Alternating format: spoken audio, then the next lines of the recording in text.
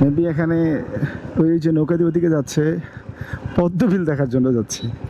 মানুষ কি পরিমাণ ক্রেজ হইতে পারে, আর একটা ভাইরাল স্পটকে নিয়ে বিজনেস যে গড়ে উঠতে পারে এটা তার প্রমাণ।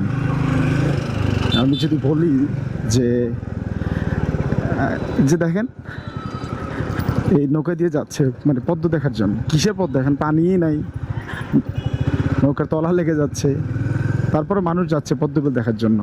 এখানে কি আছে আমি জানি না, শুধু শুধু একটা হাইপ তৈরি করা, ঠিক আছে? আর কিছুই নেই এখানে দেখার মতো, আসলেই কিছু নেই এখানে, ঠিক আছে? ওই দূর দূরান্ত থেকে ছেলে মেয়ে আসতেছে, ঢুকতেছে।